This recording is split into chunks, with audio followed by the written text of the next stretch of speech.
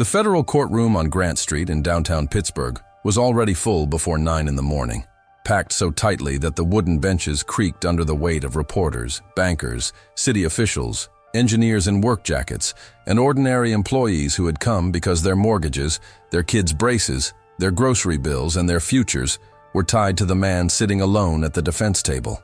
Outside, February sleet scratched against the tall windows like fingernails, turning the gray daylight into a cold, colorless sheet that made every face inside look older. The room smelled of wet wool coats, burnt courthouse coffee, floor polish, and the faint metallic scent of old radiator heat. American flags stood near the judge's bench, their gold fringe still and solemn under the harsh white lights. Nathan Walker, founder of Walker American Infrastructure, sat with his broad shoulders bent beneath a charcoal suit that looked expensive but suddenly powerless. His dark hair, graying at the temples, was damp from the walk through the cameras outside, and his blue-gray eyes stayed fixed on the polished table in front of him, as if he could hold his company together by refusing to blink. On the wall behind the judge, the seal of the United States seemed to stare down at him without mercy. Across the aisle, Victor Sloan sat calm and clean-shaven in a navy suit, hands folded, expression wounded enough to fool people who had never seen a liar practice sympathy. Victor's attorney rose slowly, adjusted his glasses, and pointed one long finger toward Nathan. This man built a company on the promise of rebuilding American roads, bridges, schools, and veterans housing, he said, his voice cutting through the room. Then he used that trust to steal from the very country that made him rich. A murmur rolled through the benches. Someone behind Nathan whispered, "My God." Nathan's jaw tightened, but he did not answer. He could feel the eyes of 640 workers pressing into his back. Welders, bookkeepers, site managers, drivers, fathers who wore steel-toe boots, mothers who packed lunch before sunrise, people who had believed him when he said hard work still meant something in America. The judge leaned forward, his face grave. "Mr. Walker, if the court finds sufficient cause today, I am prepared to appoint an independent administrator and suspend your authority over Walker American Infrastructure." The words landed like a hammer. Nathan's attorney touched his arm, but Nathan barely felt it. For the first time in 18 years, the company he had built from one rented office and a used Ford pickup might be taken from him before lunch. And then, as the opposing attorney lifted a folder and said, "Your Honor, there is no one left who can save this company from Nathan Walker," the heavy courtroom doors opened behind them. If this story of a humble single dad proving everyone wrong has your heart already pulled into the moment, subscribe to the channel and comment where you're watching from. Maybe you're watching from Texas, Ohio, Florida, or right there in Pennsylvania. Wherever you are, this is the kind of story that reminds us that one act of kindness can come back years later when everything is on the line. Every head turned toward the sound. A young woman stood in the doorway, breathing hard, her brown-red hair damp from the sleet and tucked behind one ear, her cheeks flushed from the cold. She wore a dark green wool coat, black slacks, and shoes still shining with melted snow. In both hands, she held a thick legal folder against her chest, as if it were the only thing keeping her upright. For a moment, no one recognized her. The reporters saw only a young woman, maybe 18, maybe a college freshman, too young to matter in a federal case involving millions of dollars. The bankers saw an interruption. Victor saw an inconvenience. But Nathan saw the little girl from 7 years earlier, the child in the oversized blue coat, the cracked phone in her hand, the eyes that had learned not to trust adults because adults had always disappeared. His face changed before he could stop it. The exhaustion, fear, and public humiliation did not vanish, but something deeper broke through them. "Lily," he whispered. The name was so soft that only his attorney heard it. Lily Walker stepped forward and the bailiff moved instinctively as if to block her, but she lifted her chin and spoke with a steady voice that did not match the trembling in her hands. "Your Honor, I have evidence relevant to the fraudulent authorizations." The courtroom stirred again, louder this time. Victor's attorney snapped, "Your Honor, this is highly irregular." Lily did not look at him. She kept her eyes on the judge, then briefly on Nathan, and in that look there was fear, loyalty, and something Nathan had not expected to see from either of his children that morning: protection. The judge studied her for several seconds. His expression did not soften, but curiosity entered it. "State your name." Lily swallowed. "Lillian Rebecca Walker." Nathan closed his eyes for half a second when she used Rebecca's name, the middle name she had asked for during the adoption hearing, because she wanted to carry a piece of the mother Noah had lost and the family she had gained. "And your connection to Mr. Walker?" the judge asked. Lily glanced at Nathan again. Her voice shook only once. "He's my father." The words moved through the room more powerfully than any legal argument had that morning. Behind Nathan, one of the older foremen took off his cap. A payroll clerk wiped her eyes with her sleeve. Victor's mouth tightened, almost imperceptibly. Nathan could hear his own heartbeat under the fluorescent hum of the courtroom lights.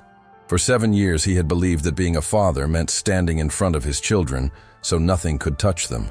But now his daughter had walked into a federal courtroom to stand in front of him. Nathan had arrived at that courthouse before dawn, long before Lily appeared, because he could not bear the thought of being late to the day that might destroy everything his father had taught him to build. The city was still half asleep when his black Chevy Tahoe pulled up to the curb, the windshield wipers fighting sleet under the pale glow of streetlights. He had not slept more than 2 hours. His shirt collar felt too tight. His wedding ring felt heavier than usual on his finger. And the folder beside him contained financial statements, affidavits, loan agreements, and emergency payroll projections that all seemed useless against the clean, brutal story Victor had created. Nathan had spent his life believing facts mattered. In construction, a beam either held or it didn't. Concrete either cured correctly or cracked under pressure. A bridge either carried weight or failed. But inside the legal system, facts needed access, timing, procedure, authentication, and permission to be heard. The forged approvals carried Nathan's executive credentials. The shell companies had invoices linked to real municipal projects. The diverted funds had moved through accounts so carefully staged that even his own board had begun looking at him with suspicion. His attorneys had told him not to speak unless asked. His communications team had told him not to show anger. His banker had told him that if an administrator took over, credit lines worth as $41 million could be frozen by Friday. His operations chief had quietly warned that 380 workers might be furloughed within 10 days if the court removed him from control. Yet none of those numbers hurt as badly as the sight of his employees entering the courtroom behind him, not as spectators hungry for scandal, but as people desperate to know whether the man who signed their checks was still the man who once walked job sites at 5 a.m. with coffee in one hand and blueprints in the other. A veteran named Curtis Bell, who supervised bridge repairs and had lost part of his hearing in Iraq, stopped near Nathan before the hearing and said, "Boss, my crew's here. We don't know what's true, but we know what kind of man you've been to us." Nathan had wanted to say something strong, something patriotic and steady, something about truth and duty and not quitting when the weather turned hard. Instead, all he managed was, "I'm sorry you had to come here." Curtis shook his head. "No, sir. We came because you showed up for us." That sentence had nearly undone him. Now, sitting at the defense table while Victor's team laid out the accusations, Nathan felt the full cruelty of being framed not only as a criminal, but as a hypocrite. A man accused of stealing from projects meant to serve working families, veterans, schools, and neighborhoods like the one he came from. When the opposing attorney described him as a rich CEO hiding behind patriotic branding, Nathan's hands curled slowly into fists beneath the table. He had no fear of losing luxury. He had lived without luxury. He feared losing the right to look his children in the eye and tell them their name still meant honesty. The judge allowed a brief pause while Lily's identity and proposed evidence were reviewed at the bench, and that pause filled the room with a tension so thick that even the reporters stopped whispering. Nathan remained seated, but his eyes followed Lily as she stood near his attorney, small against the high ceiling and dark wood, yet unshaken in a way that made his throat ache. 7 years earlier, she had not even been able to sit with her back to a restaurant door. She had hidden crackers under pillows, flinched at raised voices, and kept her backpack packed beside her bed because some part of her believed every home was temporary. Now she was here, holding documents that might decide whether hundreds of families kept their jobs. Nathan remembered the night he first found her outside that market square restaurant, sitting beside a warm air vent with snow in her hair and a dead phone in her hands. He had almost walked past. He had been on a call with Victor, angry about a delayed city contract, thinking only about schedules, penalties, and cash flow. Then the girl had looked up and asked, not for money, not for food, but for 10 minutes of electricity so she could hear her mother's voice one more time. That single sentence had reached into the locked room inside Nathan, where Rebecca's memory lived, the place he avoided because grief made him feel weak. He had taken Lily inside for soup, told himself he was only doing the decent thing, only making a call, only solving one small problem before returning to the world of contracts and concrete. But when the social worker arrived and Lily asked, "Will you still answer if I call tomorrow?" Nathan had understood that the question was not about tomorrow. It was about whether an adult could be trusted after the door closed. In the courtroom, Lily finally looked directly at him. Her expression was not the frightened face of the child from the vent. It was the face of a daughter who had learned courage at the dinner table, in therapy waiting rooms, during school meetings, after nightmares, through arguments with Noah, through every ordinary day when Nathan came home, even when work screamed for him to stay away. The judge returned to his seat. "Miss Walker," he said, "I will hear a limited offer of proof." Victor's attorney stood so. Quickly his chair scraped the floor. "Your Honor, this young woman is not a forensic accountant, not a federal investigator, and clearly has an emotional attachment to the defendant." Lily turned toward him, her face pale but controlled. "That's true," she said. "I do love my father." The room fell silent. She opened the folder. But numbers don't love anyone, and these numbers prove he didn't do it. 7 years before Lily opened that folder in federal court, Nathan Walker had been a man who could walk through a room full of mayors, bankers, contractors, and union representatives without raising his voice and still make everyone understand who carried the final responsibility. At 37, he had already turned Walker American Infrastructure from a small regional contractor into a respected company with municipal contracts across Pennsylvania, Ohio, and West Virginia. His office sat on the 21st floor of a glass building overlooking the Allegheny River, with steel beams, exposed in the lobby like a tribute to American labor, framed photographs of rebuilt bridges on the walls, and a folded flag from his father's funeral kept in a shadow box behind his desk. People saw discipline when they looked at him. They saw the polished shoes, the tailored navy suits, the controlled handshake, the quiet authority of a man who had signed payroll for hundreds of workers and never missed a deadline unless weather or safety demanded it. What they did not see was the silence, waiting for him at home in Sewickley, inside a stone house with white columns, oak floors, a 3-car garage, and a kitchen so clean it looked unused. His son Noah's school drawings still hung on the refrigerator, but Nathan often noticed them only after the boy had gone to bed.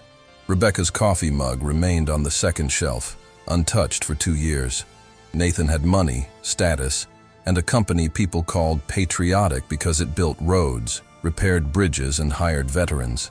But he had no idea how to sit across from his own child and say, "I miss her too." So he worked. He worked before sunrise, after dinner, on Sundays, on holidays, during Little League practices, and through the quiet hours when grief became too loud. He convinced himself that providing was love. The mortgage was paid, the tuition was paid, the college fund was full, the fridge was stocked, the house was safe. In Nathan's mind, that had to count as fatherhood, because the deeper version required him to open a place in himself he was terrified would never close again. The night he met Lily Carter, Nathan had left a private dinner at the Union Trust Building after a tense meeting with city officials about a used $31 million school renovation contract. The restaurant was warm, expensive, and filled with the low music of successful people pretending not to watch one another. Walnut panels shone under amber lights. White tablecloths carried the smell of butter, steak, and red wine. Outside, the sidewalks were slick with dirty snow, and Market Square glowed under strings of winter lights, while office workers hurried toward parking garages with their collars raised. Nathan stood under the awning with his phone pressed to his ear, listening to Victor Sloan complain about revised payment schedules and public sector delays. Victor's voice was smooth, educated, and always slightly impatient, the voice of a man who could discuss layoffs as if he were rearranging furniture. "We can't keep absorbing slow payments just because every city councilman wants a photo op," Victor said. Nathan rubbed his forehead and looked past the valet stand toward the alley where steam rose from a vent in the wall. "We finish what we sign," Nathan replied. "That's the difference between us and half the companies chasing government work." Then he saw movement near the vent. At first he thought it was a bundle of coats. Then the bundle lifted its face. A girl sat with her knees pulled to her chest, wearing a blue coat, too large for her thin shoulders. Snow had melted in her hair and darkened the ends. A backpack rested under one arm as if someone might steal it if she relaxed. Her shoes were wet enough that the fabric had collapsed around her toes. Nathan looked away for half a second because men in his position learned to look away efficiently. But then she stood, holding out a cracked phone with both hands, not begging, not crying, simply asking in a hoarse voice, "Sir, do you know where I can charge this for 10 minutes?" Nathan ended the call without explaining why. Victor was still talking when the screen went dark. The girl seemed to regret asking the moment he looked at her directly. Her eyes moved to his suit, his watch, the restaurant behind him, the valet, the people who belonged indoors. "I'm not asking for money," she added quickly. "I just need the battery. Please." Nathan asked where her parents were, and she stiffened so visibly that he knew the question had cut into something raw. "My mom's on the phone," she said. "Not like that. It's a voicemail. I just need to hear it." The simplicity of it struck him harder than any sobbing would have. Noah still had videos of Rebecca on an old tablet, and sometimes Nathan heard them playing behind the boys' closed bedroom door. Rebecca laughing at a birthday cake. Rebecca telling Noah to brush his teeth. Rebecca saying, "Daddy will be home soon," back when that sentence had been true enough to comfort a child. Nathan looked at the phone in Lily's hands, at the cracked black screen, at the way her fingers were red from cold, and something inside him shifted with a painful, reluctant sound. He brought her inside the restaurant through the side entrance, ignoring the hostess's startled expression and the look from a businessman at the bar who clearly thought Nathan had made the evening uncomfortable. He asked for a charger, soup, bread, hot chocolate, and a quiet table away from the windows. Lily sat on the very edge of the chair, backpack on her lap, eyes counting exits. When the phone finally lit up, she put in one broken earbud and pressed play. Nathan did not hear the message. He only watched the girl's face change. She did not cry loudly. She became completely still, and then 2 tears slid down without permission. Nathan knew that kind of grief. It was the kind that did not ask to be comforted because comfort could not bring back the dead. The manager approached after 10 minutes, lowering his voice, but not enough. "Mr. Walker, should we call someone? Police, maybe? We can't have a situation in the dining room."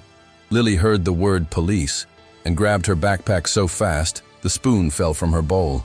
Hot soup splashed onto the white tablecloth. She whispered, "I didn't steal anything," and tried to stand. Nathan rose with her, not blocking her path, but lifting one hand toward the manager. "Back up," he said. The sharpness in his voice made every nearby table go quiet. "Nobody touches her bag." The manager flushed. "Sir, I only meant—" Nathan cut him off. "I know what you meant." Lily was breathing too fast, her eyes wet now, not from grief, but terror. Nathan softened his voice and looked at her, not down at her, but directly, the way his father had taught him to look at people whose pride was all they had left. "You're not in trouble," he said. "I won't let anybody take your things." She did not believe him. That was obvious. So he did not demand belief. He took 2 steps back, gave her space, and asked if there was an adult she trusted. Lily shook her head. Her mother, Melissa Carter, had died 11 days earlier after pneumonia turned serious in a clinic waiting room that never had enough doctors. They had been staying in a motel off Route 51, then with a woman Melissa knew from a shelter, then nowhere. Lily had run when a county worker tried to place her because she thought they would throw away her backpack, her mother's phone, and the plastic folder of papers Melissa had told her to keep. Nathan listened without interrupting. The restaurant seemed obscene around them. Crystal glasses, polished silverware, men laughing over bourbon, women checking diamond bracelets under warm light. He could have written a check large enough to solve the visible problem. But the child in front of him did not need a performance of generosity. She needed one adult who would not become another door closing. Nathan called a family services director he knew through a veterans housing charity his company supported. Her name was Denise Holloway, a blunt, exhausted woman who had spent 20 years helping children whose stories were always more complicated than donors wanted to believe. She arrived in an old Subaru with a cracked windshield, wearing snow boots and a gray coat dusted with salt. She did not rush at Lily. She sat beside the table, introduced herself, and asked permission before looking at the folder in the backpack. Nathan watched as Lily slowly handed over birth records, motel receipts, her mother's expired work ID, a clinic discharge paper, and a small envelope containing $42 in cash. Melissa Carter had once worked as an assistant bookkeeper for a manufacturing supplier outside McKeesport.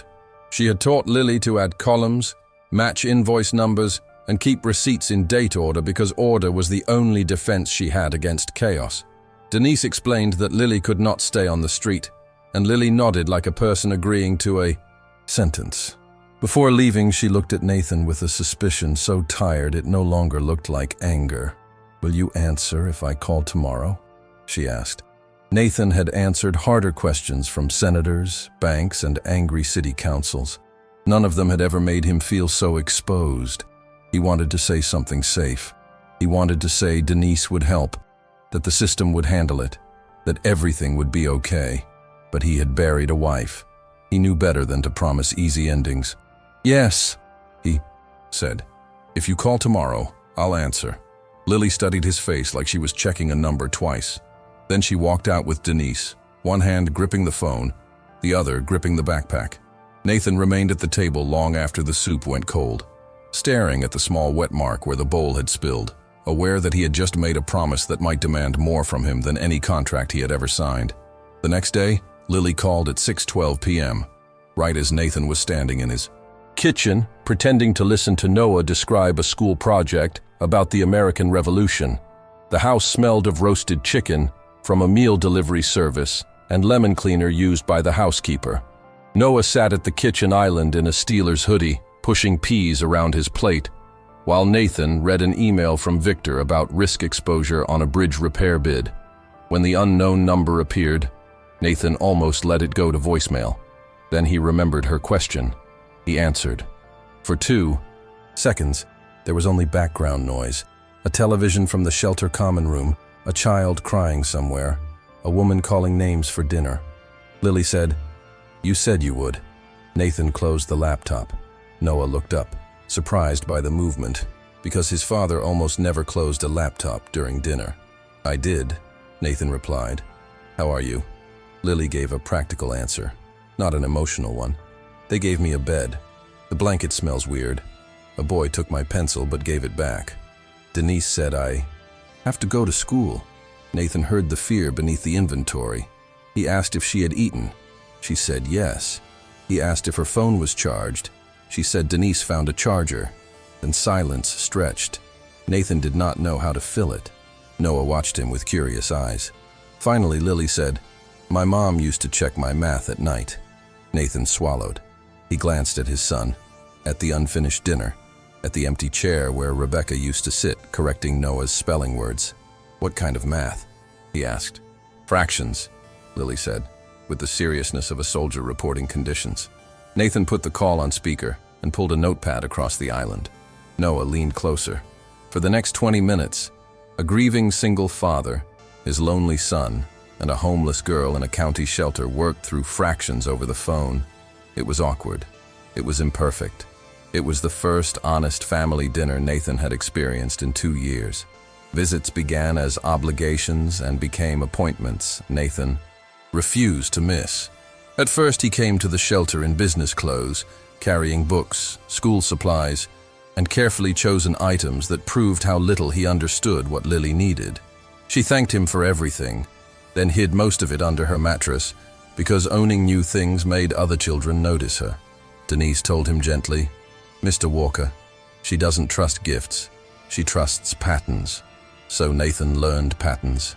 Tuesdays after work, Saturdays after Noah's practice, calls at 6:30 unless an emergency came up. And if an emergency came up, he warned her first. He learned not to stand too close behind her, not to touch her backpack, not to make promises out of guilt. Noah began coming along, complaining loudly about the shelter vending machine and bringing a battered Monopoly set missing 2 railroads. Lily beat him the first time by hoarding cash and refusing to buy hotels because, as she said, hotels cost money after you think you're safe. Noah laughed, then stopped when he realized she was not joking. The 2 children formed a strange, cautious alliance. Noah had a bedroom full of things, but missed a mother whose perfume still haunted the hallway closet.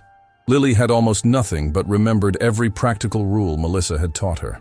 They argued over game pieces, homework, and whether the pirates would ever be good again. Nathan watched them and felt something in the house of his grief begin to rearrange itself. He had believed Noah needed protection from more sadness. But maybe Noah needed someone who understood sadness without adults whispering around it. When Denise first suggested that Nathan consider becoming a temporary foster placement, he rejected the idea before she finished the sentence. "I'm not qualified," he said. They were sitting in a county office with beige walls, plastic chairs, a vending machine humming in the corner, and posters about child safety curling at the edges. Denise raised an eyebrow. "Most people who say they are qualified scare me more."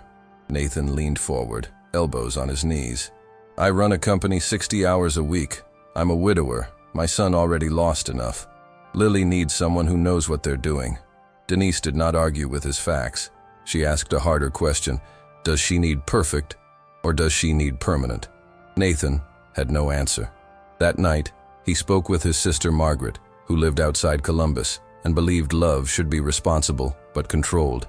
Margaret said, "Nate, you can pay for her care without bringing trauma into your home."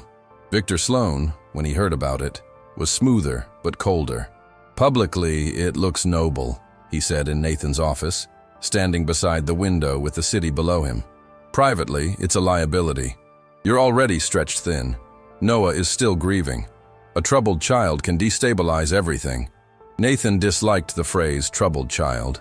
It sounded like a label adults used when they did not want to admit a child had survived adult failures. Still, Victor's words found the fear Nathan was hiding. What if he made Lily worse? What if Noah resented him? What if he opened the door to family again and failed everyone inside it? That night, Noah found him staring at Rebecca's mug in the kitchen. "Are you scared because of Mom?" the boy asked. Nathan turned, stunned by the directness. Noah shrugged, trying to look casual.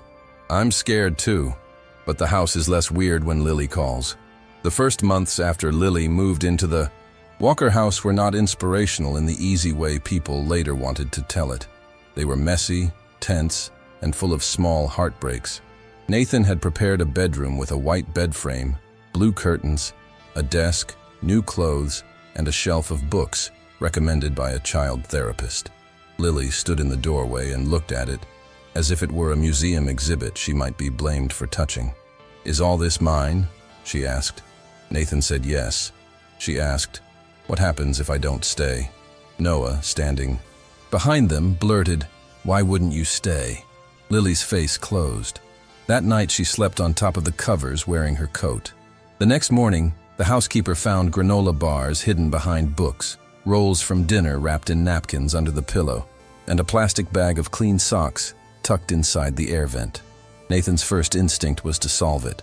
Buy more food, install a mini fridge, make rules. The therapist stopped him. "She is not stealing from you," the therapist said. "She is building evidence against hunger."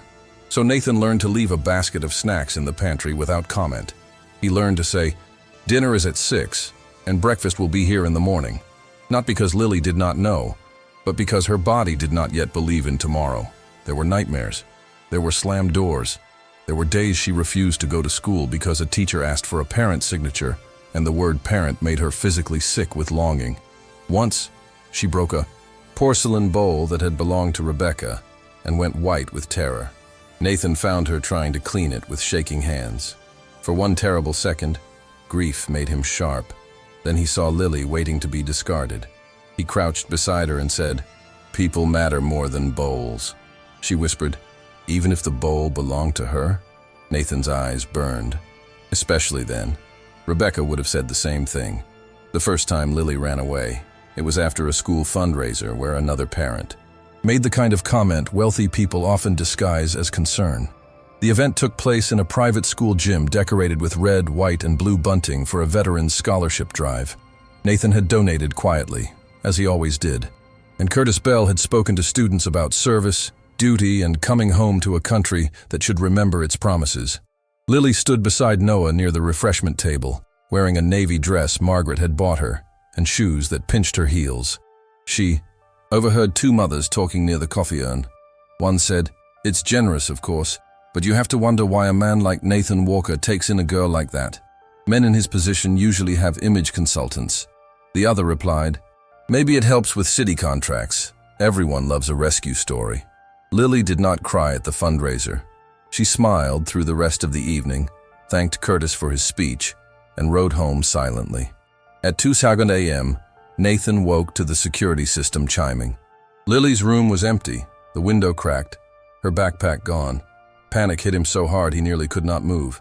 He found her 40 minutes later at the Greyhound station downtown, sitting under fluorescent lights between a vending machine and a sleeping man in a camouflage jacket. She had bought no ticket. She just needed a place that matched how temporary she felt. Nathan sat 2 seats away, giving her space. "I heard them," she said, staring at the floor. "I'm not your daughter. I'm your story." Nathan's voice broke before the words came. "No, you're a child in my house who should have been defended sooner." She shook her head. "You don't have to keep me if people think I'm trash." Nathan turned toward her then, fully, with the kind of anger that was not aimed at her, but built around her like a wall. "Listen to me.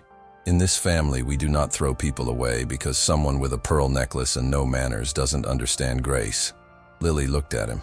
"This family?" Nathan nodded. "This family." That night changed Nathan more than it changed Lily.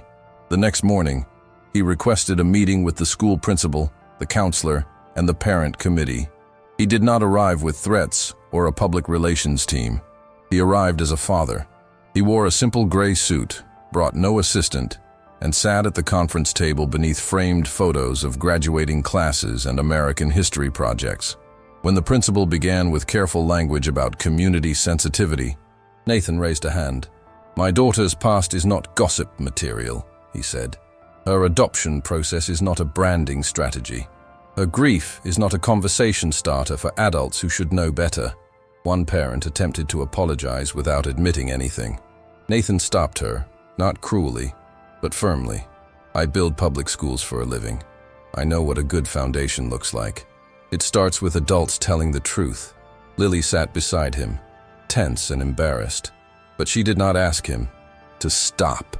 Noah sat on her other side, arms crossed, glaring at everyone with the loyalty of a little brother who had decided blood was overrated.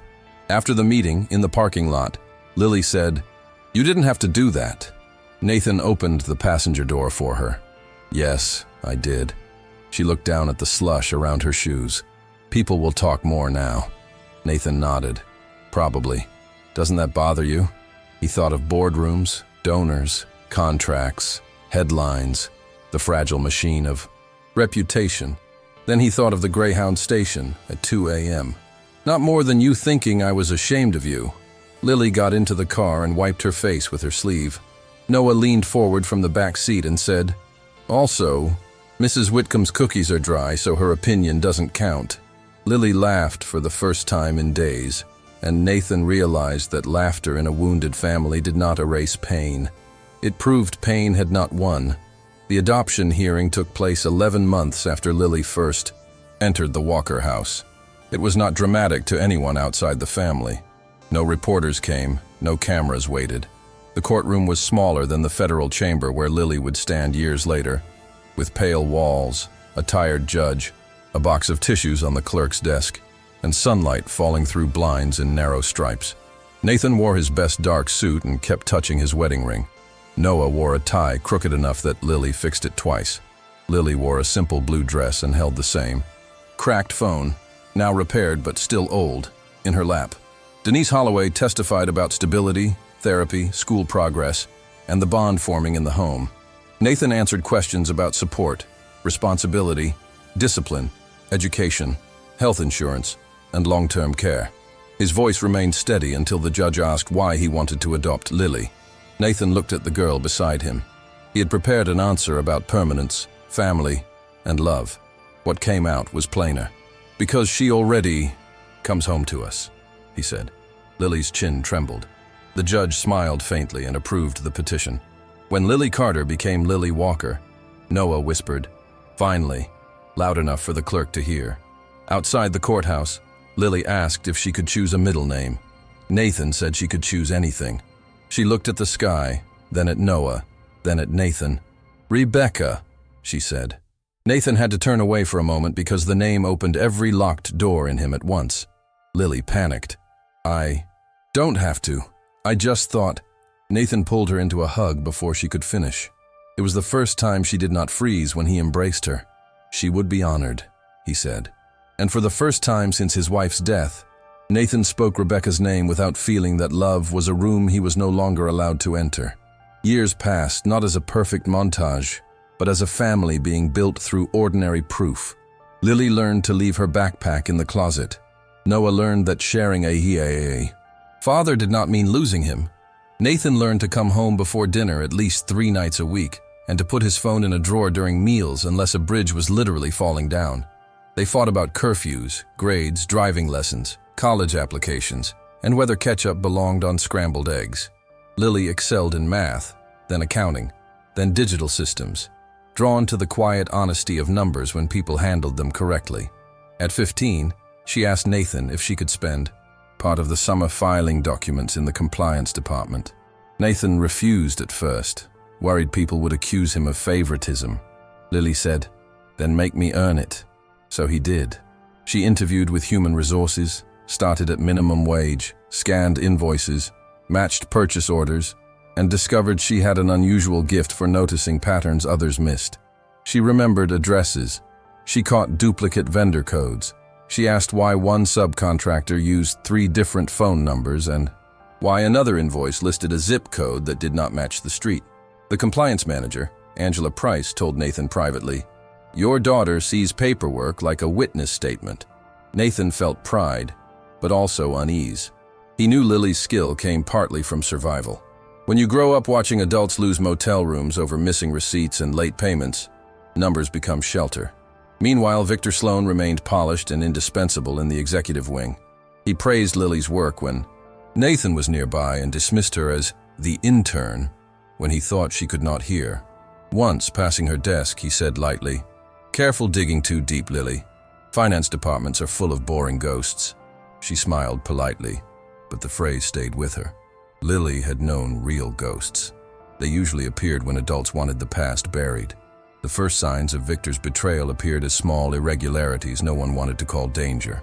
A vendor payment cleared 2 days early. Subcontractor name appeared on a change order connected to a veterans housing project in Erie, but the address pointed to a mailbox service near an old motel off Route 51. A digital approval carried Nathan's executive ID at 11:48 p.m. on a Thursday, when Lily knew he had been at Noah's emergency appendectomy in UPMC Presbyterian because she had sat in the waiting room drinking bad coffee and pretending not to be scared. Angela flagged the issue, but Victor explained it away as a batch processing error. Then another payment appeared, then another. By the time Nathan ordered a deeper internal review, Victor moved first. He delivered documents to federal investigators, positioning himself as a responsible executive who had discovered a CEO's misconduct too late to stop it. News broke on a Monday morning. Pittsburgh Infrastructure CEO accused in $22.4 million fraud scheme. The headline spread faster than any correction ever could. Cameras appeared outside the office. Banks froze. Conversations.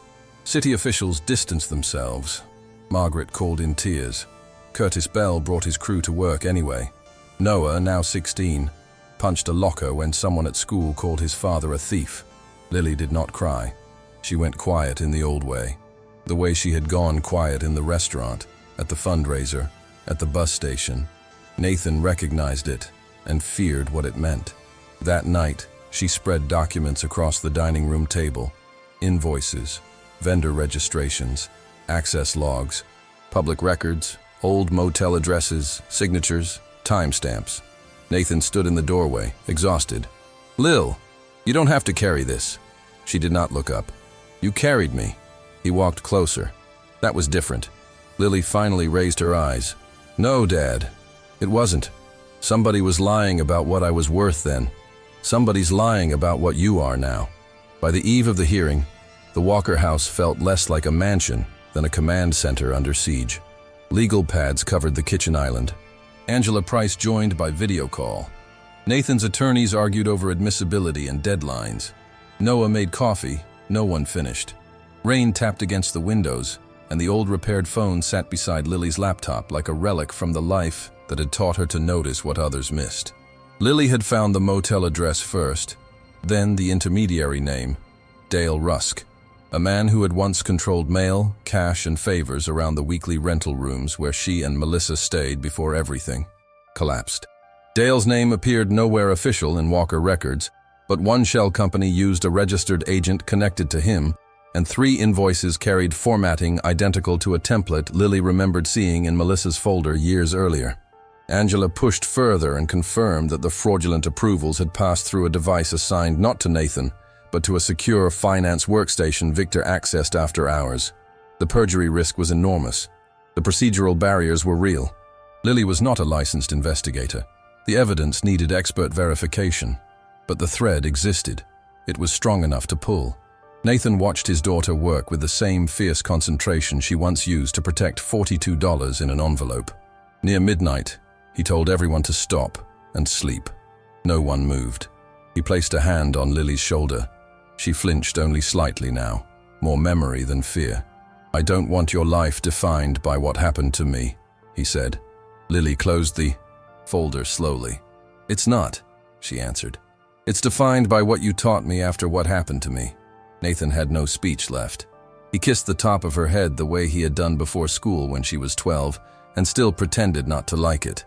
The next morning, before dawn, Lily left for the courthouse with Angela and the forensic specialist, carrying the folder that would make Victor's attorney laugh, object, and underestimate her. Nathan arrived separately, believing he might lose the company before she could be heard. And now, in the federal courtroom, as the judge waited, and Victor's face tightened for the first time all morning, Lily Walker placed her evidence on the table and prepared to show them exactly what a child once dismissed as disposable had learned to see. The judge's permission did not feel like victory at first. It felt like one narrow door opening inside a burning building.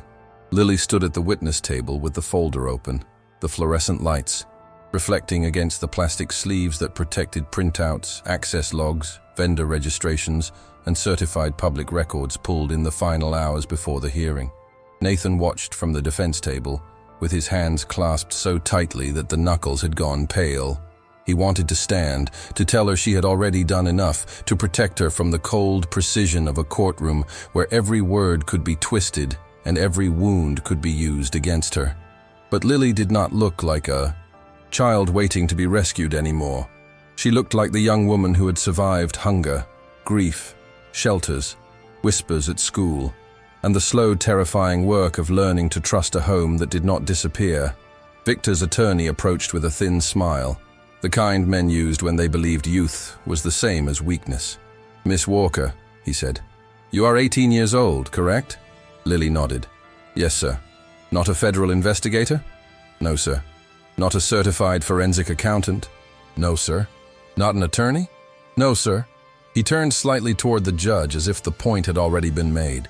"And yet you expect this court to delay action on a used $186 million company because you found something interesting on a laptop." A faint ripple of discomfort passed through the benches. Lily's fingers tightened on the edge of the table, but her voice stayed steady. "No, she said. "I expect the court to hear the certified forensic specialist who verified what I found, the compliance director who preserved the records, and the public documents that connect the shell vendors to Mr. Sloane's device access. I'm not asking anyone to trust me because I'm emotional. I'm asking them to look at the timestamps." The attorney's smile faded by one careful inch. Lily turned the first page. Behind her, Angela Price lifted a sealed evidence drive. The specialist, Dr. Martin Hale, a gray-haired digital forensics consultant who had once worked financial crimes cases for the Department of Justice, adjusted his glasses and prepared to speak. Nathan felt the room change, not soften, sharpen. For weeks, Victor's story had been clean because it had been simple. Nathan Walker, powerful CEO, greedy enough to steal, arrogant enough to think no one would catch him. But Lily's evidence made the story messy in the way truth often was. It showed late-night logins from a finance workstation, not Nathan's executive laptop. It showed authorizations supposedly made by Nathan while his phone location, hospital visitor badge, and security footage placed him at UPMC Presbyterian during Noah's surgery. It showed 3 shell vendors registered through addresses connected to Dale Rusk, a man from Lily's past who had lived off desperate people in weekly motels, cash envelopes, and mailboxes no one checked twice. And for the first time that morning, Victor Sloane stopped looking wounded. Dr. Hale explained the access trail without drama, which somehow made every sentence more devastating. He described the finance workstation assigned to Victor Sloane's department, the duplicated authorization token, the after-hours approvals, and the way metadata had been altered to make the transactions appear as if Nathan's credentials had originated them. "The visible approval field reads Nathan Walker," Dr. Hale said, pointing to the enlarged exhibit displayed on the courtroom monitor. "But the underlying device fingerprint and authentication sequence are inconsistent with Mr. A. Walker's assigned executive system. They are consistent with a workstation accessed by Mr. Sloane." Victor's attorney objected, but the judge allowed the explanation to continue as a limited proffer. Angela then testified that Lily had first flagged the discrepancy because one vendor address matched a motel location from her childhood. The opposing attorney tried to make that sound unreliable. "So this began with a memory from when you were 11?" he asked Lily. "Yes," she answered, "a memory of the place where my mother and I lived when we had nowhere else." The courtroom became painfully still. "And you expect the court to treat that as evidence?" he pressed. Lily looked directly at him. "No, I expected adults to verify it. And they did." A few employees in the back exchanged glances, not triumphant, but stunned. Curtis Bell leaned forward, elbows on his knees, as if watching a bridge hold under impossible weight. The attorney, irritated now, changed tactics. "Miss Walker, isn't it true that Mr. Walker adopted you after finding you homeless?" Nathan's chest tightened. He knew exactly where the man was going. Lily said, "Yes. And isn't it true that you feel indebted to him?" "No." The answer came so quickly the attorney paused. Lily's eyes flicked toward Nathan, and for 1 second, the courtroom disappeared from around them. "I feel loved by him," she said. "That is different." The attorney's jaw worked. "You are here because he saved you." Lily breathed in slowly, and when she spoke again, every word carried the 7 years between the restaurant vent and that federal courtroom. "He saved me when nobody believed I was worth saving. Today I'm not here to repay a debt. I'm here because he taught me that being a walker means standing up when the truth needs a voice." Nathan bowed his head. He had spent years believing the best thing he could do for his children was carry the weight alone, stand between them and every storm, absorb every blow before it reached them. But Lily's voice reached him with a truth no business success had ever taught him. Family was not a monument one man built for others to live inside. Family was a shelter everyone repaired together when the roof began to break. The final exhibit was the one that broke Victor's calm. Angela placed before the court a chain of invoices totaling $22.4 million, all routed through 3 vendors that had no crews, no equipment, no payroll, and no legitimate project history. Dr. Hale connected those invoices to late-night approvals made from Victor's secured workstation. Then, Lily identified a formatting pattern in the invoice numbers. 2 digits from project codes, 3 from false change orders, and a repeated suffix that matched old motel ledger templates used by Dale Rusk when he collected cash from tenants too poor to demand proper receipts. It was not the kind of clue a polished executive would notice. It was the kind of clue a child noticed when survival depended on remembering, which adults lied about money. Victor's attorney objected again, harder this time, accusing the defense of ambush, emotion, and narrative manipulation. The judge asked Victor whether he could explain why his authenticated workstation appeared in the underlying metadata. For the first time, Victor did not answer immediately. His lips parted, but nothing came out. He looked toward his attorney, then toward the monitor, then toward Nathan, and the wounded mask slipped just enough for the room to see fear underneath. Nathan rose slowly, not because he had been asked to speak, but because the weight in his chest demanded air.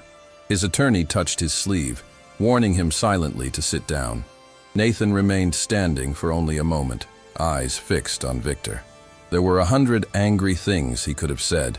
He could have cursed him for endangering the company, for dragging 640 families toward ruin, for using Nathan's name like a weapon, for smiling across conference tables while stealing from projects meant for schools, bridges, and veterans' housing.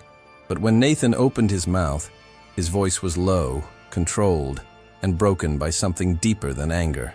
"You didn't just steal money," he said. "You tried to steal the meaning of honest work." The judge warned him to let counsel proceed, and Nathan sat, but the sentence remained in the air. Honest work. That was what his father had believed in. That was what Curtis's crew believed in. That was what Rebecca had believed Nathan could still become after grief nearly swallowed him.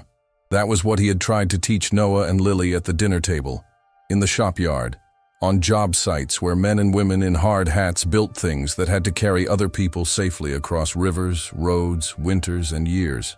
The judge called a recess to review the proffered evidence, but no one moved at first. Even the reporters seemed to understand that they had just witnessed the emotional center of the case shift from accusation to revelation. During the recess, Nathan stepped into the hallway, where the marble floor reflected overhead lights, and the cold from the courthouse doors drifted through every time someone entered from the sleet. Lily stood near a window, arms wrapped around herself, looking suddenly younger now that she was away from the witness table. Nathan approached slowly, the way he had learned to approach her after nightmares when she was 12. "Lil," he said. She turned, and the strength she had held in court cracked. "Did I mess anything up?" The question nearly destroyed him. After everything she had done, some part of her still expected blame. Nathan shook his head and pulled her into his arms. This time she did not hesitate. She pressed her face into his suit jacket, and he held her as if all 7 years had folded into that one hallway. The restaurant, the shelter calls, the bus station, the adoption hearing, the first family dinner when she left her backpack upstairs, the nights she studied accounting at the kitchen island while Noah complained about homework beside her. "You didn't mess anything up," Nathan whispered. "You stood taller than every adult in that room." Lily's voice came muffled against his chest. "I was scared. So was I." She pulled back and looked at him. "You?" Nathan gave a small, tired laugh that carried no pride. "Every minute." He touched her shoulder. "I used to think being a father meant never letting you see that." Lily wiped her cheek. "That's dumb, Dad." He laughed again, and this time it hurt less. "Yeah," he said. "I'm learning." Noah came down the hallway then, having arrived late from school with Margaret, his face pale and furious from hearing only pieces of what had happened. He hugged Lily first, hard enough to make her complain, then looked at Nathan. "Tell me we're not losing the company." Nathan looked through the courtroom doors, then back at both of his children. "I don't know yet," he said honestly, "but I know this. We're not losing ourselves." The three of them stood together beneath the courthouse lights while outside, the flags whipped in the freezing rain, and inside, the future of the company waited on a judge's decision. If this story of a humble single dad proving everyone wrong has you watching until the end, hit that like button and subscribe to the channel. Your support helps us bring you more emotional stories of sacrifice, hidden strength, and unforgettable twists. Now let's get back to the video. When court resumed, the judge's face revealed nothing, but the silence before he spoke felt different from the silence that had opened the morning. He reviewed the late submitted evidence carefully, acknowledged the serious procedural issues, and made clear that the court would not decide innocence or guilt based on emotion. Then he said the words that made Nathan's employees lean forward as one body. However, the proffer raises substantial questions regarding the origin of the disputed authorizations, the integrity of the vendor records, and the credibility of representations made by Mr. Sloan. Victor's attorney stood, already objecting, but the judge lifted a hand. The court will not appoint an administrator today. Mr. Walker will remain in operational control subject to independent financial oversight pending further investigation. The assets connected to the disputed vendors and to Mr. Sloan's related accounts are to be preserved immediately. This matter is referred for additional federal review. For 1 second, no one reacted, because the relief was too large to understand. Then someone behind Nathan exhaled like he had been holding his breath for an hour. A woman from payroll began crying openly. Curtis Bell lowered his head and whispered, "Thank God." Nathan did not celebrate. He turned first to Lily. She was still standing, one hand on the folder, shoulders shaking now that the danger had moved a few feet away instead of sitting on her chest. Nathan crossed the space between them, ignoring cameras, attorneys, bankers, and the man who had tried to destroy him. He placed both hands on Lily's shoulders. "You saved more than a company today," he said. Lily shook her head. "I just followed the numbers." Nathan's eyes filled. "No. You followed the truth when adults were too proud, too afraid, or too blind to see it." Victor was escorted toward a side conference room by his attorney and a federal officer who wanted his devices preserved. As he passed, he looked once at Lily, not with pity anymore, not with dismissal, but with the bitter recognition that the girl he had once called an intern had exposed the flaw in his perfect crime. Lily did not look away. Nathan saw no revenge in her face. Only steadiness, only the quiet dignity of someone who knew being underestimated had never made her small. As the courtroom emptied into chaos, reporters shouted Nathan's name, asking if he had a statement. He paused beside the American flag, his daughter on one side and his son on the other. "Yes," he said, voice rough but clear. "My statement is this. In this country, honest work still matters, truth still matters, and family means you stand together when the storm comes. I walked into this room accused of betraying everything my company was built for. I'm walking out reminded that the strongest foundation I ever laid was at my own dinner table." The weeks after the hearing did not turn Nathan Walker's life back to normal because the truth rarely repairs public damage as quickly as a lie creates it. But for the first time in months, the Walker family could breathe without feeling a hand around their throats. Federal investigators seized Victor Sloan's devices, froze accounts connected to the shell vendors, and followed the money through a chain of false invoices, motel mailboxes, prepaid business filings, and hidden transfers that eventually exposed not only Victor, but 2 outside intermediaries who had helped him move. The stolen funds. The number remained brutal. $22.4 million diverted from projects that should have paid crews, suppliers, safety inspectors, and local subcontractors.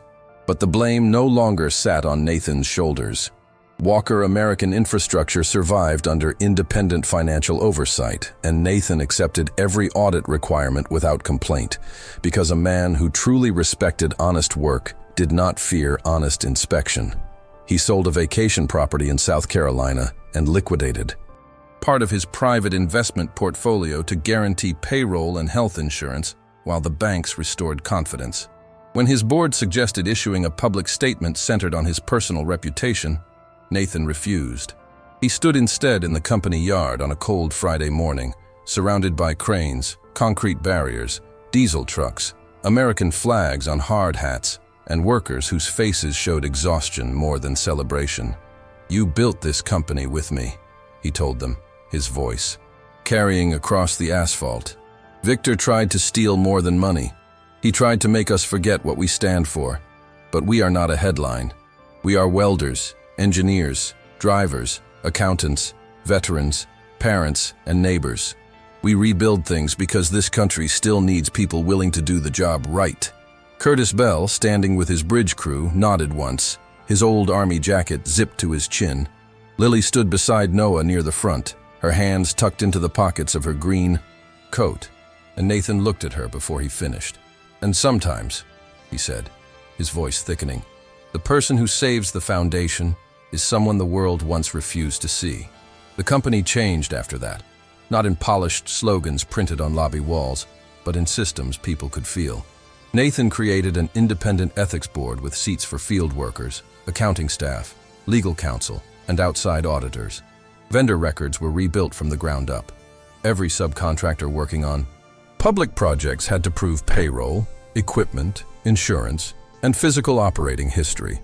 A whistleblower hotline was created and managed by a third party, and Nathan made it clear that loyalty to the company would never mean silence in the face of wrongdoing.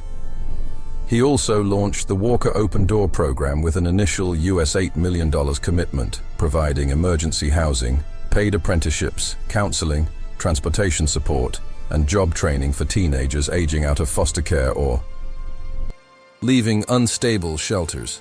He refused to let the program be filmed like charity theater. No child would be used as a photo opportunity. No pain would be turned into marketing. Lily helped design the application process, insisting that applicants should not have to tell their saddest story to earn basic dignity. Noah, older now and steadier, volunteered on weekends, teaching younger kids how to build simple wooden birdhouses in the company workshop, laughing when they painted everything in Steelers colors. At home, Nathan made changes that mattered more quietly. Dinner at 7 became sacred unless there was a true emergency. Phones stayed in a drawer. Rebecca's mug returned to the kitchen shelf not as a shrine, but as part of the family's story. Some nights Nathan talked about her freely, how she danced badly in the grocery aisle, how she cried during baseball movies, how she would have adored Lily's stubbornness and Noah's terrible jokes. Lily no longer slept with a packed backpack. She kept it in her closet, not because she needed to run, but because she wanted to remember the girl who had survived long enough to become someone safe. Months later, in a smaller courtroom without cameras, Victor Sloan pleaded guilty to fraud-related charges after the government presented the full chain of digital and financial evidence. Nathan attended only because his attorneys said he should hear it end. Lily came with him, not for revenge, but because fear loses some of its power when you look directly at what once tried to control your life. Victor looked smaller in a plain suit, stripped of the polished authority that had once made bankers trust him and employees lower their voices. When given a chance to speak, he apologized to the court, to the shareholders, and to the company. Nathan listened, but he did not confuse apology with repair. Outside the courthouse, a reporter asked whether he forgave Victor. Nathan paused beside the stone steps where winter wind moved between the buildings. "Forgiveness is not the same as pretending damage didn't happen," he said. "What I can say is this: I won't let bitterness run my home, my company, or my children's future." Then he turned away from the cameras and walked with Lily and Noah to a small diner 3 blocks over, the kind with cracked red vinyl booths, black coffee, thick pancakes, and a waitress who called everyone honey. There, without speeches, they ate breakfast together like an ordinary family that had almost been broken and had chosen not to be. Lily reached across the table and stole a piece of Noah's bacon. Noah protested loudly. Nathan watched them argue and felt the old emptiness inside him loosen. He had once thought wealth could protect his family from suffering. Now he understood that money could buy walls, locks, lawyers, and warm rooms, but only love could teach frightened people to stay. "Dad," Lily said suddenly, noticing his expression, "you're doing the sentimental face." "Again?" Noah groaned. "Oh no, not the sentimental face." Nathan laughed, wiping at one eye before either of them could tease him harder. "Get used to it," he said. "I earned it." 3 years later, on another snowy evening in Pittsburgh, Lily Walker returned to Market Square as a 21-year-old student of forensic accounting, carrying a backpack filled with textbooks, case notes, and a life that no longer fit inside fear. The same restaurant glowed across the street, warm behind its windows, and the same kind of steam rose from the side vent where Nathan had found her with a dead phone and a breaking heart. Near that vent sat a teenage girl in a thin hoodie, guarding a torn duffel bag with both arms. Lily stopped. For a moment, she was 11 again. Then she breathed, walked over, crouched at a respectful distance and said, "Hey, I'm not going to touch your bag, but there's a place across the street with soup, and I know someone who can help without taking your stuff." The girl looked at her with suspicion sharp enough to cut glass. Lily understood. She waited. Across the street, Nathan stood beneath the awning with gray now stronger in his hair, watching his daughter offer not pity, but presence. Noah arrived a minute later with 2 coffees and whispered, "She learned from the best." Nathan shook his head softly. "No," he said. "She became better than me." And as the snow fell over the city, over the flags, over the courthouse roofs, the bridges, the shelters, the diners, the company yards, and the ordinary American families trying to hold each other together, Nathan finally understood the full measure of the choice he had made 7 years earlier. He had thought he was saving one homeless girl from the cold. In truth, kindness had built a family, saved a company, exposed a lie, and sent courage forward into another life. Have you ever helped someone at their lowest moment and discovered that your kindness changed their life forever? Drop a little heart in the comments if you believe love, kindness, and quiet strength are worth more than money, status, or any fortune. Subscribe for more emotional stories about second chances, hidden truth, and the moment a humble heart changes everything. Comment, "Love has no price tag," if you believe real kindness can change someone's life when they need it most.